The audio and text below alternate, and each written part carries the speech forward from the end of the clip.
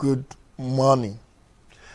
Today, I have caught a big fish in the ocean called Nigeria. She's a lawyer, a gender expert, and a social activist. Ramatu Umar Bako. Welcome to my show. Thank you for having me. Yeah, I've known you for quite a while. You are so many things to so many people, but give us a bit of your background. Where were you born? What did you study? How has life been with you up to date? Okay. Well, I was born here in Nigeria, in Lagos. Well, and you're a Lagos babe. Well, not really, because I don't really remember much about my early years in Lagos anyway. And I studied law at the Ahmadu Bello University. I also studied for an MSc, a master's in global conflict and peace processes, specializing in transitional justice and post-conflict societies from the University of Aberdeen in Scotland. Okay. Yeah. So most of my career, I started off with a short stint in, should I say, legal practice. Okay. I worked with G. Ofodili Okafor, Sam, in Jos, for a short while. Then I did some volunteering work in civil society at the League for Human Rights. So that's where my teeth, I would say, was cut into. Under Nankin Bagudu. Yes, so that was where I developed my passion for working in development. Yes. And from that time till now, you've been across several, organizations. Run us through some of the organizations you've worked with. Okay. I worked with Dr. Jibrin Ibrahim. I started off as an intern at the International Human Rights Law Group. It's now called Global Rights, Partners from Justice. So while I was there, I was headhunted by British Council. I worked with British Council for about 8 years. I started off as a governance officer. Then I rose to a governance manager and portfolio manager, public diplomacy. From the British Council, I joined the Speakers Corner Trust, Nigeria, as country director, and from there, I was there for 6 years, after which I got a Chevening Scholarship by the UK government to study at the University of Aberdeen. So from there, I had a short stint as the executive director of the Nigerian Bar Association. From there, I joined Oxfam Nigeria, where I'm currently the head of influencing, advocacy, and public engagement. Very rich repertoire of work experience. That's why when I told my viewers that I caught a big fish, the possibility for people who say, who is that big fish? You could see very illustrious career over the years. And it's a great honor and privilege to have you on this show because you are my first female guest on the show. So you have scored another first in that regard. Now, in Nigeria, you are a woman, you are a professional, you are a wife, you are, a lawyer. All these roles, how has it been coping in exercising each and every one of them? Well, I must say it's been a challenge. Like many women before me, I've always had to find a way of managing my personal and professional life. The society doesn't make it easy, for us women to be able to balance, our personal life, our careers. But then you have to find a way, through a lot of, should I say, trial and error, a lot of personal, introspection, and a lot of mistakes along the way, and, learning from the experience of others that have come before us. You find a way of, developing a balance that works for you. So for me as an individual, I've always been someone that I believe in myself. I believe in my intuition, and I believe that I always want to do what makes me happy, what is right, what makes me happy, what is right. And I don't like pressure. And I don't like, being made to feel as if, I'm being compelled to do something. So basically, I found a way that works for me, so that I'm able to function as a wife, as a mother, as a professional, without compromising, either my integrity or my personality.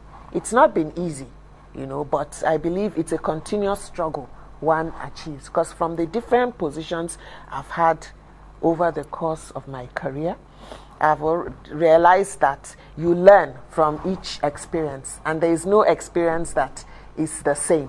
So it's like a lifelong learning process. Your life, your early life as a daughter of a diplomat, moving from one country to the other, what are your high points in that?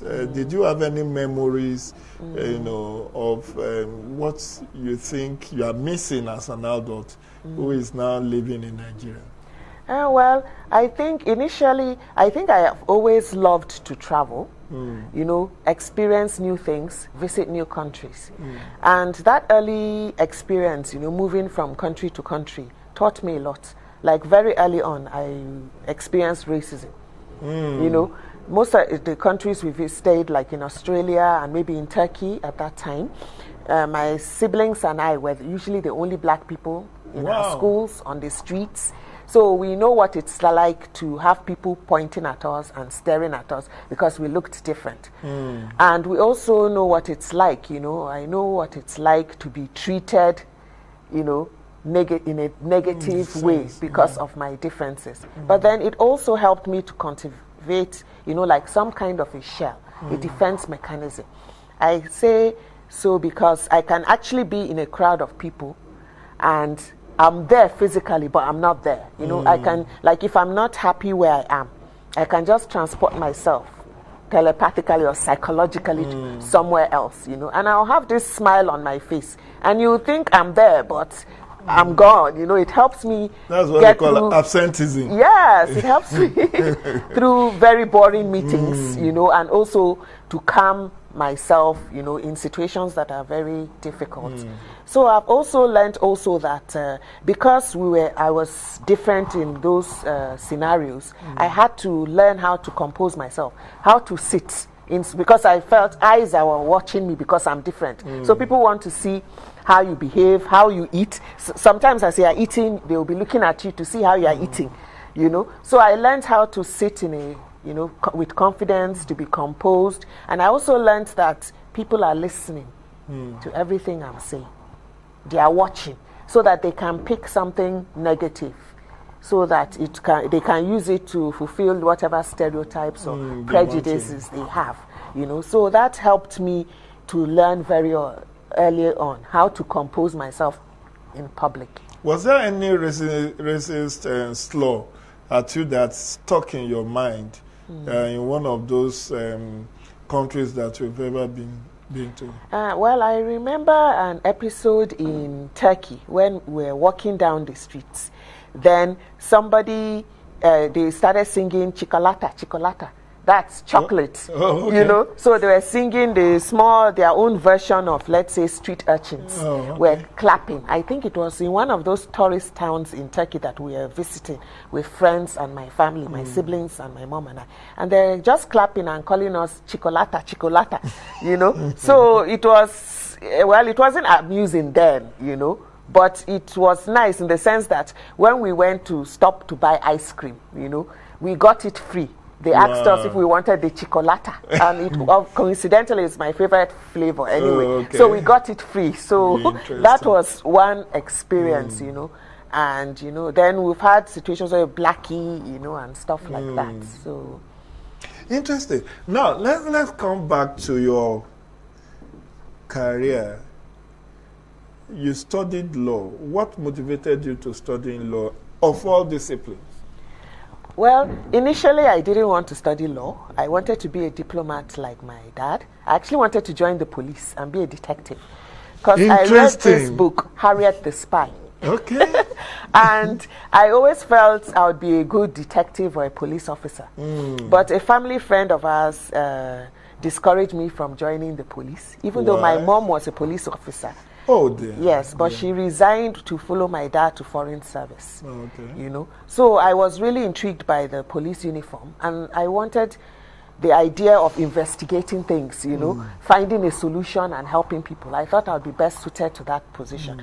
But my dad called me and said, you know, when it comes to a career, it's better you pick a professional course so that even if you don't get a job, you can employ yourself. So I didn't really like science subjects. So the only options open to me were either to be an accountant or to be a lawyer. And I didn't like numbers, I don't like figures. I love to read. Yeah. So I chose law as an option. What has it been like as a lawyer now? A lawyer in governance, or a lawyer in the third sector, because we call the civil society is actually the third sector. That's the broad terminology given to it. Did you at any point in time practice? Yes, law? for a very short time, you know. So how come you now stuck with civil society? Civil society.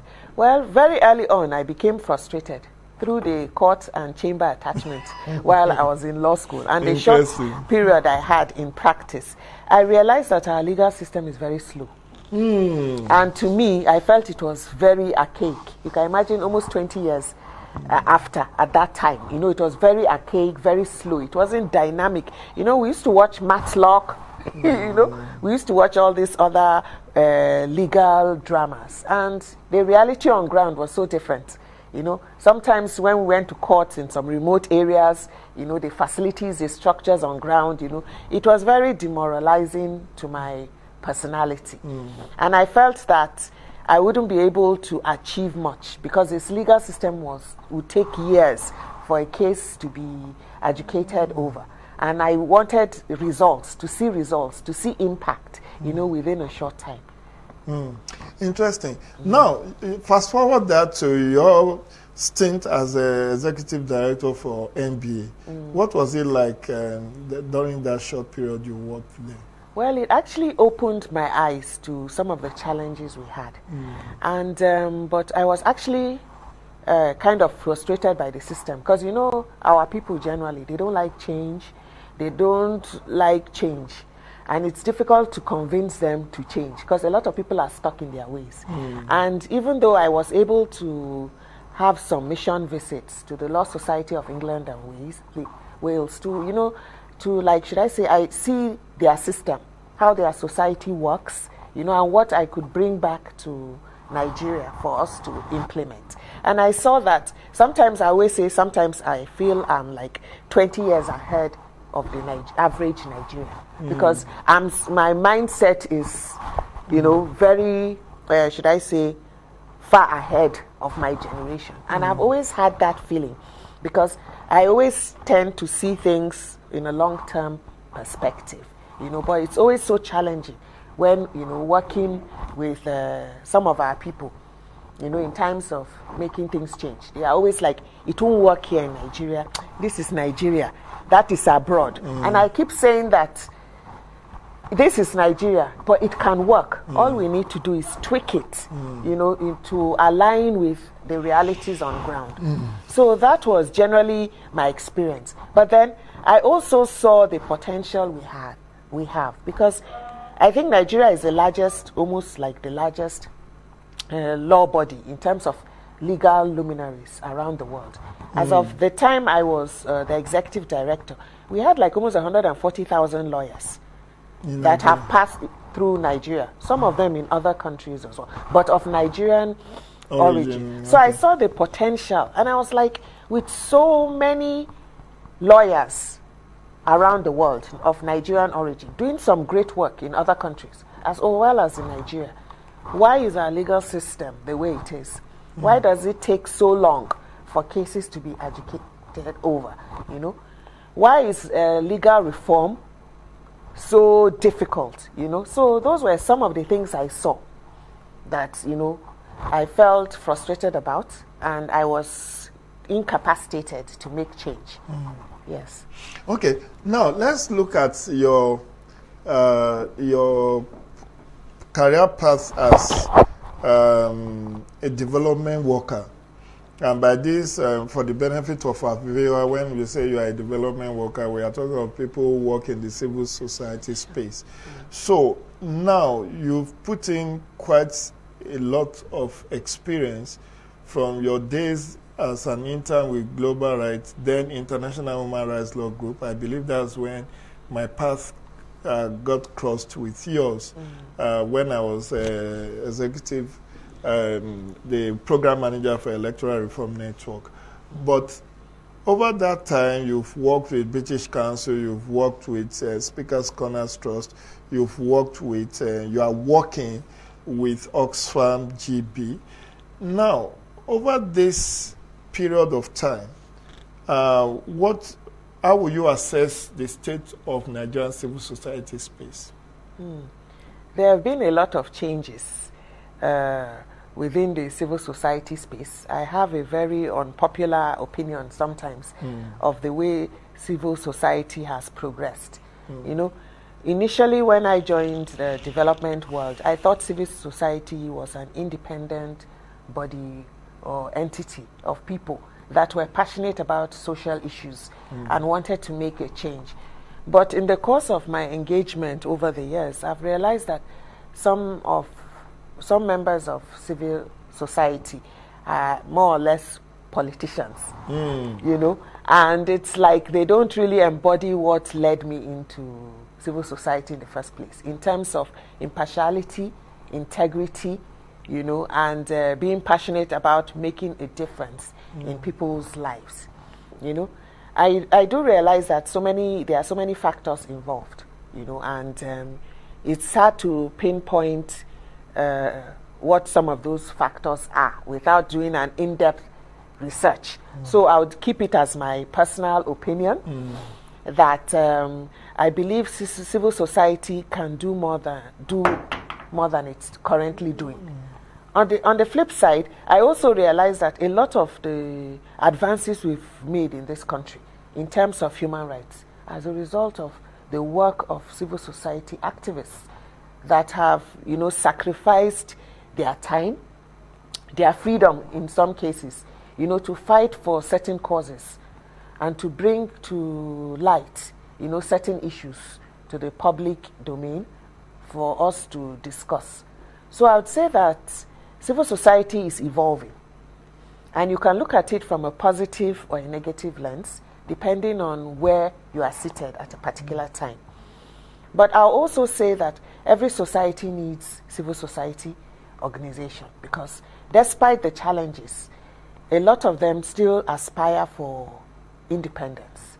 They are like a moral compass or a conscience, you know, to hold government to account, to hold organizations, agencies to account, and even to hold us to account. Because when you have all those conversations, debates, and dialogue, you are bringing out different perspectives on different issues, giving people the opportunity to, you know, change their minds about certain things, to be like, oh, I thought things were like this, but now that I've heard this, oh, I understand that, you know, this is another perspective. Then, you know, it gives people the opportunity to now brainstorm. Okay, we've heard from different parties. What can we do to make that change? Who do we need, you know, to support this process? So I believe that I'm very proud of where civil society is generally, you know, and I would like to see a situation whereby civil society is more empowered, you know, becomes more passionate, you know, to fight about those issues that affect us, you know, individually and socially, without being funded by international bodies. Because sometimes the conversation is being driven by donor. But then sometimes we need to sit up as individuals and say, look, these are our issues. How can we, you know, change the narrative without being pushed to do that? Okay. Are you looking at utopia of civil society without donor support? How feasible would that be? Because there are some of us who have worked all our life career in this civil society space. We have progressed from some, we even start, like in your own case, from intern to becoming program officer, senior program officer, program manager, senior program manager. Some has grown to become country director. Like in your own case, you started off, like you said, as an intern, and you've headed a couple of organizations. I recall your stint as the country director for Speaker's Corner Trust.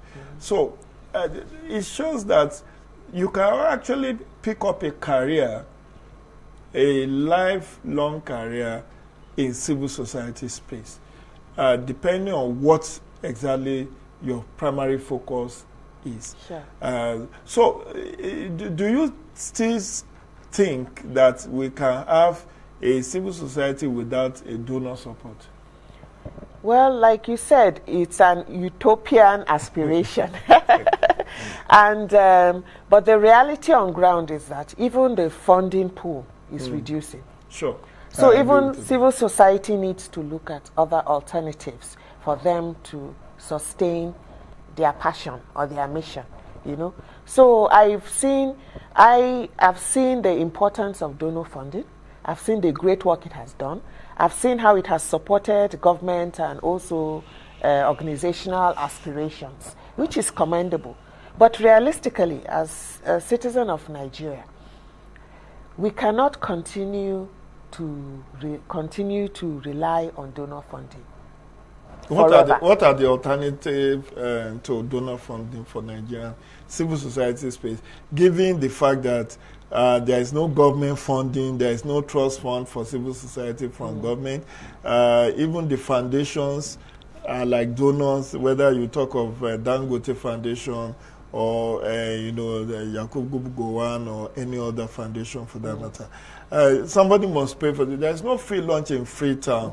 and unless you are looking at civil society in a narrow sense of like the Red Cross and the Girls Guide and Boy Scout of this world, where they just have one or two administrative staff and people donate, they are volunteers. Sure. Basically, so you are a lawyer, you volunteer your time to also serve as in the Boy Scouts or in the Girls Guide and all of that. But if you look at the entire gamut of civil society, it's very wide. And unless you actually have dedicated staff that works 24/7 on a particular cause, you may actually not have very committed people around that. And that's why I'm asking, do you think what are the alternative funding streams if we don't want to depend on donor funding? Well, let me just clarify. When I say, even in, should I say, Western societies, their civil society also rely on donor funding. Sure. So the reality is that you can't completely do away with donor funding. But the thing is that you need to find another alternative source of income. I see, like, for example, in Western countries, they have foundations. They have people that if they die, they give their money in trust to set up, for a cause. Even like Makato Foundation. Yes, they do that. But, that is not something that is very... you want the Dangote to die and leave all his billions. Baba will not die now, but I'm just thinking, Makato Foundation, sure. When I had Dr. Kole Shetima on this set, he was telling me that when Makato was alive, he said something very instructive. He said, I figured out how to make money. You people are to figure out how to spend it. and he died leaving his entire estate to funding this cause called Makato Foundation. Yes. But we haven't had that kind of experience in Nigeria where people will die and leave their entire wealth and estate to a cause like we are doing it. So it's a very good suggestion. Maybe our billionaires around will think about, just dedicating a certain percentage of their wealth to a cause they believe in, and also for people generally to develop this volunteering spirit, You know, every time we feel we need to be paid to do things. I work in civil society. There are a lot of times I've given my time for free to coach, to mentor, to support an initiative. Not because maybe because you are very comfortable. No, because anyone looking at you will know that you are not on the side of the masses. No. You are on the side of the bourgeois. No, there are times that I even needed the money. Okay. Even maybe in between jobs. Okay. But I gave my time, either because I was passionate about it, I believed in what was happening, and I personally, as an individual, I don't believe money is everything. Yes, we need money to solve a lot of our problems, but I do believe that even with minimal income, if you know how to manage the little resources at your disposal, you can live comfortably. But what many people aspire for is having millions and billions with cars all over the place. And leaving everything to their kids and and stuff like that. I'm very comfortable with just a house that I know, oh, it's my house. I have a car, takes me from point A to B. You know, I have enough to pay my bills and a little over for holidays and to meet other obligations, you know. I'm okay with that. It would be nice to have more money, you know, to do other things. I dream too of, you know. But I realize the reality of if you're in paid employment, there's a limit to what how much money you can actually have or save, you know. So I think it's just like a mindset orientation to give your time, you know. And also there are different ways of making money. We have this crowdfunding now. We have, like, even for example, organizations like Oxfam, they have charity shops that at the end of a particular period, whatever is earned from things people donate is pulled back into a common pool to support some other charitable initiative. Those are opportunities. Some of us have books that we've had over the years. We have things after a while you want to change, clothes you want to change. You can think of ways of either giving it out, donating them, or you sell it to a charitable organization, they recycle it, and whatever money is pulled back into some cause, you know. And we need to find, you know, different ways of, you know, sourcing for funding by studying the philanthropy processes in other countries. And, you know, sometimes I say we always want to collect. Do you understand? But sometimes, what do you give back at the end of the day? Give your time. Everybody can give their time. Even if you're a CEO or an MD of a bank, you can give your time to mentor, to coach, to volunteer. You know, in sports, you know, all these different sports clubs, knitting and sewing. So we need to find alternative ways of socializing, giving back, volunteering outside the work structure. Yes. Very interesting perspective. I think that is it. She's been spot on alternate sources of supporting civil society causes and social movements. Now let's look at the issue of gender. You are a northerner, you are a lawyer, you are a woman, you are a wife, you are a mother. For a northerner that is considered educationally disadvantaged, what is your perception of where a northerner and a northern woman, because I want to put that in context, you know, in North is girl child education that is missing. In the Southeast, it's boy child education that is missing. Yeah. Because the girls go to school, the guys go to land trade and become their bosses and make money, and they marry professors, they marry doctors. So different stroke for different folks. Yeah. As a northerner who also studied in the North, how do you perceive the issue of girl child education vis-a-vis where the North is in terms of education generally and girl child education in particular? I would say that it gives me a lot of frustration because, you know, most of the stereotypes of the typical northern woman or girl child doesn't really apply to me, because I was lucky, as I said, my dad was a diplomat. My early life was traveling to different countries. So, and we're all girls in my family. But I never felt diminished or some of the things people say that if they are all girls, my father loved all of us, trained all of us. Excuse me and all my siblings, we're all professionals. We all have master's degree from overseas countries, and everybody is doing well in their own profession. So at no point growing up did I feel at a disadvantage being a girl, or being a female. It was actually in the course of schooling when I moved to university in ABU.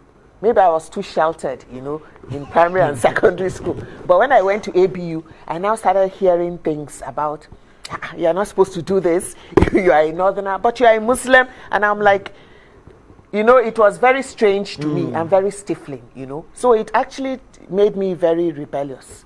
Because I now felt, but this is the way maybe something is supposed to be. And you are telling me I shouldn't do it because I'm a northerner, because I'm a girl, or because I'm a Muslim. And that was really strange to me. So that even among my peers, growing up, I was always different. They'll be like, you're not like them. And I'm like, no. Them as in, I'll ask them as in, I say I'm a Muslim, I'm proud of it. I'm a northerner, I'm proud of it. But the thing is that you cannot box us into a box, into a stereotype. We're individuals. And we're all products of the environment in which we grew up. I grew up in a very cosmopolitan environment. Most of my life in Jos, my secondary school in Jos. I actually went to a Catholic school. Interesting. I went to a girls' school. So most of my reality was shaped by those early interactions. I have a large, a lot of friends that are also Muslims from the north, but they also that grew up in Jos. And we are very, should I say, cosmopolitan in our outlook and expressions. So sometimes those stereotypes don't really follow. But then, on the other hand, we have some of our family members that probably feel we're a bit more too westernized, a bit too cosmopolitan. But like I always say, well, that's their problem. When I enter my house, I do the things according to what me and my family have agreed as the way we want to live our lives, And as long as whatever I'm doing does not offend Islam, my belief, and my integrity or my values, I think I'm okay with it. But generally, it's very disheartening when we see the numbers in terms of girl-child attendance at school, what happens to fellow northerners. Like when we're having conversations, the conversations are different when I'm with my friends, because a lot of them are travel. They are very cosmopolitan in their outlook. So our conversations are different. It's when maybe we're doing our development work and we go to communities. We are now having conversations with women that they are not as empowered as us, as not as educated, and don't have the realities we have. That's when the challenge and the frustration sets in. Because they are trying to tell a woman why she should be empowered. I actually don't believe that every woman should work in an office. I believe you should do whatever makes you happy. Either you work in an office, you have a career, a professional career, or you can decide to be a homemaker and stay at home. But I feel you should have a skill or a talent, a source of income. And I'm happy to see that a lot of women are doing little things to earn money on the side, which I always try to encourage. Because you cannot sit and rely on another person for income, for all your income. Because what if the person dies or the person is no longer there? And the reality of the situation is that it's difficult for an average man to shoulder all the responsibility of raising a family. He needs some kind of support. And I believe that it's a source of pride if, as a woman, you can support to make things easier for your family. You are not doing it for your husband. You are not doing it for yourself or for society. You are doing it because it's your family. It's a joint work. It's a joint effort. So I would like to see a situation whereby more girls go to school. Girls are allowed to stay in school until they are 18. Girls are at least finish secondary school. And they should be given the option to learn a trade. I'm a champion of technical education. Because I actually, even though I've been a product of the university, I love the university, I'm aspiring for a PhD. But I also realize that not everybody is academically inclined. True. Not all of us must go to university. But then there should be an alternative, and that's technical education. So I'm actually a champion of technical education being introduced in secondary schools, so that while in secondary school you can now decide whether to follow the tag of going to the university or ending in technical college, where you can use your skills to earn an income or a living for yourself and also contribute to national development. Interesting perspective. Now, stay in the north. The north, as we know it today, is ravaged by deforestation, is ravaged by banditry, insurgency. The larger chunk of out-of-school children is from the north. Yeah. But on the flip side, the north, as we know it to be, has produced more presidents, more head of states, more ministers, more local government chairpersons, more governors than the south. What is the problem of the north?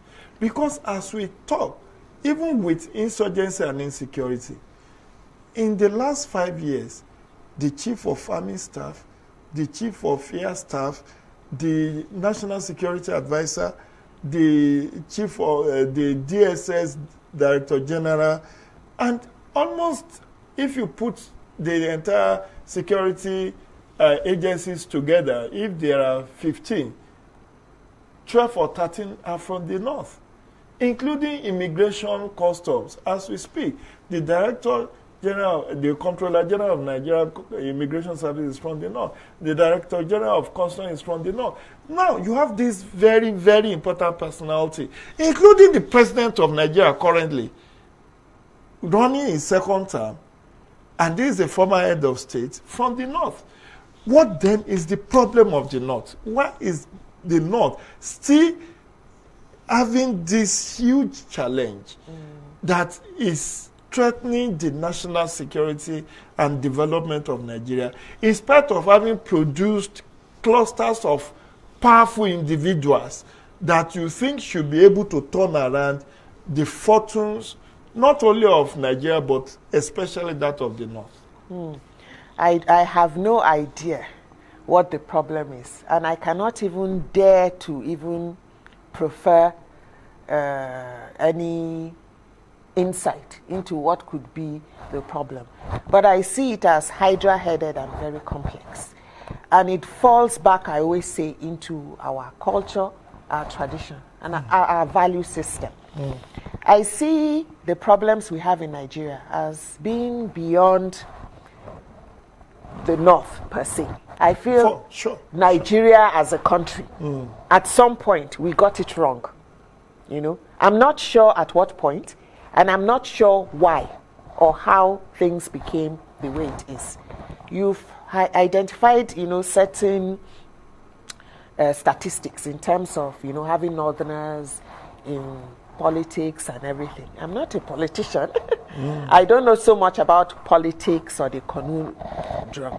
And I would be lying if I said I can understand why things are the way they are. But I asked that question, sorry to cut you short, against the background that, this power, this urge for power, as we say in political science, politics is about who gets what, when, and how. And according to Aaron's last word, it's authoritative allocation of values. Yes. So the Southeast is clamoring to be president of Nigeria in 2023 because they felt marginalized. Since Nigeria was got independence, aside from the 5 years or thereabout of ceremonial presidency of Dr. Nnamdi Azikiwe, we've never been allowed to be president. At best, we produced vice president in 1979 to 1983. So they want to be president. So if the North is holding the presidential seat, produced most of the ministers, because we have 19 states in the North, very influential positions, naturally will go to the North. The president has been accused of being provincial in his appointment because it is perceived, quote and unquote, as favoring the North. But then the statistics of underdevelopment in the North is still staggering. So I'm just trying to get a perception, if you have one. How has the North who has the power in the North helped? How have it has it impacted rather on the average citizens of the North?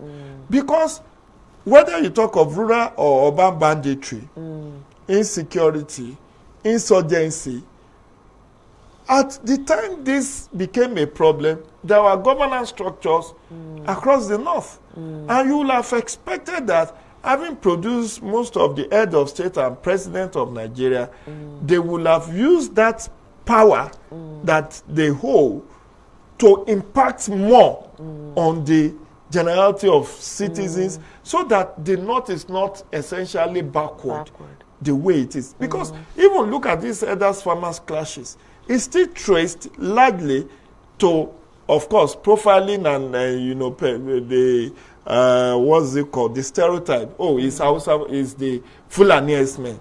And Fulanis are not from Yoruba area. They are not from Igbo area. They are from the North. So why is it that despite having holding so many influential positions in politics and governance, yet the problem of the North has lingered so much so that it will seem that the holding of political powers has not translated positively or rubbed up positively on average Northerner. And I'm not talking about you as a person. Sure. Well, I think, when it comes to politics, I avoid talking politics, maybe because of my profession too. There are certain discussions pertaining politics that I'm not allowed to participate in publicly. And also because I don't have too much knowledge about politics, the structure, or the dynamics, beyond political discourse or policy briefing, But from me as a person, the issue of the backwardness, in quotes, of northern Nigeria has been a source of, frustration as well. Because I do not understand why, when I see a lot of my friends, contemporaries, are educated in the best schools in Nigeria, around the world, they come back to Nigeria, and I don't see them trying to make changes in their sphere of influence. Like, everywhere I go, or all the places I've worked in, I've tried to bring in all my gamut of experience, from the different experience I've had, the different learnings. You see it in my work, in my output, in my engagement. So it frustrates me that even when I went to school, I saw a lot of my northern brothers and sisters schooling in the UK. But I don't see them, making so much of a difference. There are a few you can call, but I see a lot of them study abroad, they come back and they are into family business. I don't really see them at national level. I don't even see them even in the civil society space per se, I know some are up and coming now, but I would like to see a situation where more of us were in positions where we can actually make a difference, see change, be part of conversations, that will encourage change or things, moving, But then, I don't know. I really cannot understand myself, But I always say it must be cultural. Because like I say, I have a different cultural context because of the way I grew up, the environment in which I grew up. So it's even alien to me, where a situation whereby someone being victimized or discriminated against because they are all girls in a family, they shouldn't go to school. It was never an option. I have a sister that is an architect. She does great designs and everything. No, at no point did anybody say, because you are a girl, you cannot be an architect. Because you are a girl, you cannot go to site and supervise the building or construction. It was never an issue. And I never knew, should I say, there was a problem being a woman or a girl until I actually started working in civil society. I now realize that things I took for granted were actually not the reality of the average girl or woman, in Nigeria and even in some other societies. So, without looking at if one has had their heads in the cloud or you are living on a different spectrum, You know, we now realize that a lot needs to be done from a very young age. Like, my children know they can do anything they want to do. I never limited them to say, because you're a girl, it must be pink.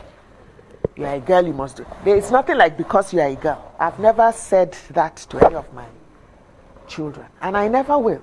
If they want to aspire to be anything, they are free to aspire to it, as long as they have the ability to do it, and we have the means to support that aspiration.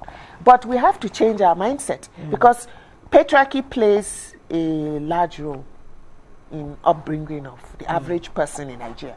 Perhaps if my first 10, 12 years of my life had been I'd been brought up in a typical northern Nigerian family, maybe I wouldn't be the kind of person I am.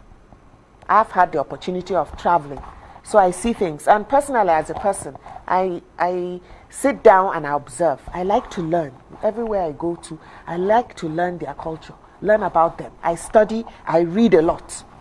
So I have a very open mind to different situations and scenarios. You know, I don't jump to conclusions. But that's my personality. And because I've lived with different people, I have friends from different divides all over Nigeria. You know, different ethnicities, different cultural backgrounds, religion. I have friends from all over the world that are Jewish. Some are atheists. You know, it has never been a problem to me. I'm friends with them because of maybe we like each other's company, we share some of our beliefs, you know, we have commonalities, you know. I don't look at the differences. It's not an issue to me. So when I meet people, I don't look at their religion or where they're from. I look at the personality. What they're, you know. And a lot of people don't have that. Because I have people that meet me and they're like, where are you from? What's your religion? You know, so those things they ask me before they even ask me, what do you like? What are your values? You know, so we need to change our orientation.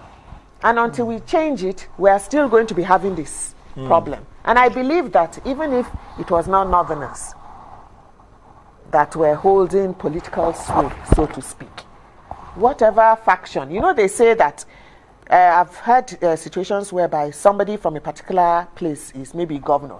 He has not developed even his local government, but he has developed a street in Abuja. You understand? So what would you say to that? One would expect that if you are a governor, even if you are going to develop, your immediate constituency is your state, then maybe the street you live on or your local government or whatever they want to call it. You know, but sometimes it doesn't work out that way. So I think if we remove ethnicity, religion from political discourse and talk about people being passionate, people's integrity, what they are going to do, you know, it will really change the dynamics. Like we always sit and we are commending America. Oh, Biden has appointed a Nigerian born as this, appointed Nigerian born as this, a 26-year-old born as this. And people will be putting it all over social media. But that same person would never give a job to a 21-year-old, even if the person had the right skills. That person would never give a job, excuse me, to another person that is not their tribe or their religion. But yet they celebrate it elsewhere. But they don't seem to be able to imbibe it. What is the problem? You know? Okay, now let's do a comparative analysis of your schooling abroad and schooling in Nigeria. Studying at ABU and studying in Aberdeen. How does that compare? What are the takeaways you have? Well, there are no basis for comparison on several levels. One, when I went to ABU, I was very young, maybe 17 or 18. I was quite young, the first time being away from home, you know, in a university environment. And when I went to Aberdeen, I was a matured person. I had many years of work experience. I was a mother, I had children. So there are two different contexts per se. But then in other scenarios as well, when you look at the infrastructure that was available to me when I was in Aberdeen, you cannot compare. one simple thing is that one conversation I was having with my husband at one point was that, you know, when I was in ABU, then they were doing, it was at Business Center. You'd print your, you would write your, what do you call it, our dissertation in longhand. Then you carry it to a business center for them to type. And you have to sit next to them to make corrections. You understand? They will be using Tipex. And you know, it was so awkward. But while I was in Aberdeen, I was typing and doing the research myself. I typed everything, did everything, you know, the formatting, everything myself. That's one thing. Then when it comes to the library, we had libraries in ABU. I hardly went there. One, it was always dark. The books were dusty, archaic, you know. When you even pick one or two of the books, then they are stained. And you know the information is so outdated. It wasn't just an encouraging environment. So I hardly went there. I just read whatever materials, you know. But then when you look at the library at the University of Aberdeen, Sir Duncan Rice Library is one of the most beautiful libraries in the world. You know, different layers. It's very clean. Computers, you know, a nice coffee shop. You know, just the environment. You love it. And you are smelling the books. New books, you know, new textbooks. So even entering the library was a source of excitement for me. So me, that I never really thought I'd like a library setting because of the experience I had in Nigeria, turned the library to my second home. You understand? Then even when you look at the engagement with lecturers, well, in Nigeria, lecturers, I don't know, is it that they teach or they speak down to you? Then you copy the notes. Yes, then you copy the notes, then you are buying the handout. So you cram the handout and make sure you write it exactly the way the lecturer taught you.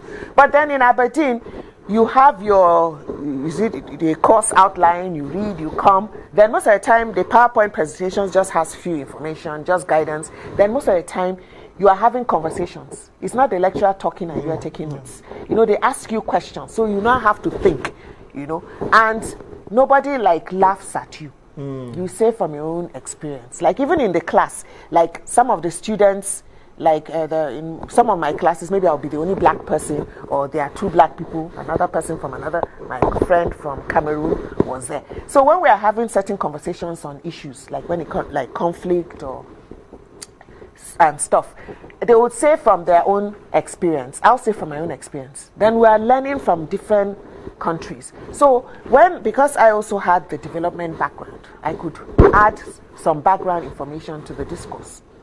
You know, coming from a place of authority.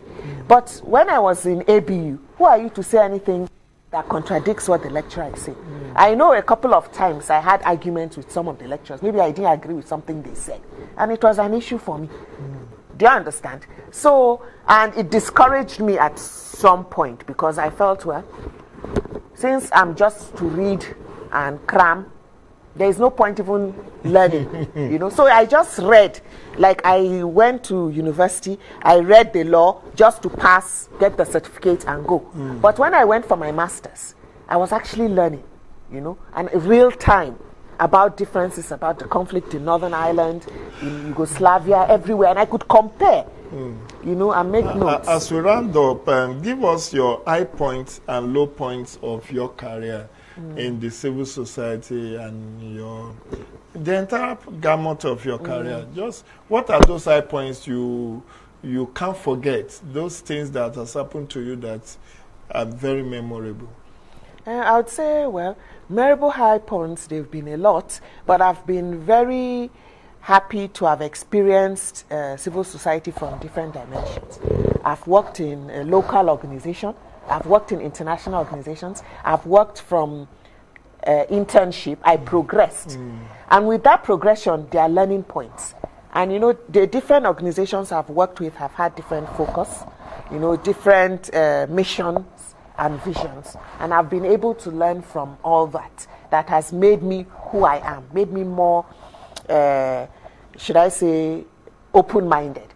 My high points are the opportunities to travel, to engage, to have those conversations about issues that one is passionate about, and to feel as if your intervention is making a difference in people's lives. You know, that has been my high point. Okay, now let's look at the women in governance and women in politics. How do you think we can encourage more women to take on, to join politics, to make a difference, or to even get rise through their career in governance sectors like you have done, to make a difference? How do you recruit more people to join that, build that critical mass that can demand for change and make impact in the overall national developmental agenda of this of government generally? Well, okay, in terms of our society, it's very patriarchal. We need to change the mindset. Yeah. In terms of governance and politics are two different things. For example, politicians, you must be passionate about being out there. Politics is very violent in our society. So you need to be somebody that is really strong, really firm, and willing to take all the insults that come with politics. So you can't join politics? No, I'm not even interested in aspiring. Okay, let's stick to governance. So when it comes to governance, we need to encourage more women. How do you do that? To take, by highlighting the few role models that are in senior positions, what they've done, what they've achieved, encouraging those people to mentor other young women, to encourage them. I remember there was something I read on LinkedIn when Kamala Harris became the vice president. Somebody said she showed a picture of her daughter saluting when Kamala Harris was, taking her oath of office. And she said that she loved that picture because children need to see people like them in power, to be able to feel like have something they want to aspire to. So by highlighting or showcasing women that have done well, that have reached the pinnacle of their careers, it will encourage other women to aspire. Because you aspire for what you see someone like you doing. Then you're like, oh, I can do it. It encourages you, it motivates you. And apart from that, you need to encourage organizations to employ more women. Encourage women to be more versatile, and aspire for positions beyond social secretary, welfare, and treasurer. Why, but most of the time, most of us don't even have the confidence to aspire for president or the head of an association. Because automatically they'll tell you it's for the man. Vice president, they give you consolation prize as a woman. Vice president. But you are there, you are a figurehead. You can't make impact. And also we need to encourage more women to be able to say their thoughts. Most of the time we are always so quiet. The society doesn't even encourage us to share our opinion. In civil society, a lot of us are a bit more open because when you are having the discussions or debates, you have to talk. When you are writing concept notes and policy briefs, you need to engage, you need to talk, speak out, to share your ideas. We need to change the way our academic system is, to encourage people to learn, to debate, to write speeches. Thank you very much, Ramatu Umar Bako. For about an hour now, I've engaged in a wide range of issues. I want to thank you for making our time to be on this show. I really appreciate you deeply for this wonderful opportunity. Like I said, you are the first female, first woman I will have on the show. And I'm very good. I'm very happy with your frank thoughts on wide range of issues we have engaged. You have the opportunity to sponsor this program. If you love what we are doing, please bring your advert. Let's advertise your goods and services for you so that we can keep this program afloat. Thank you very much. Have a wonderful day ahead. Take care. Thank you. Yeah.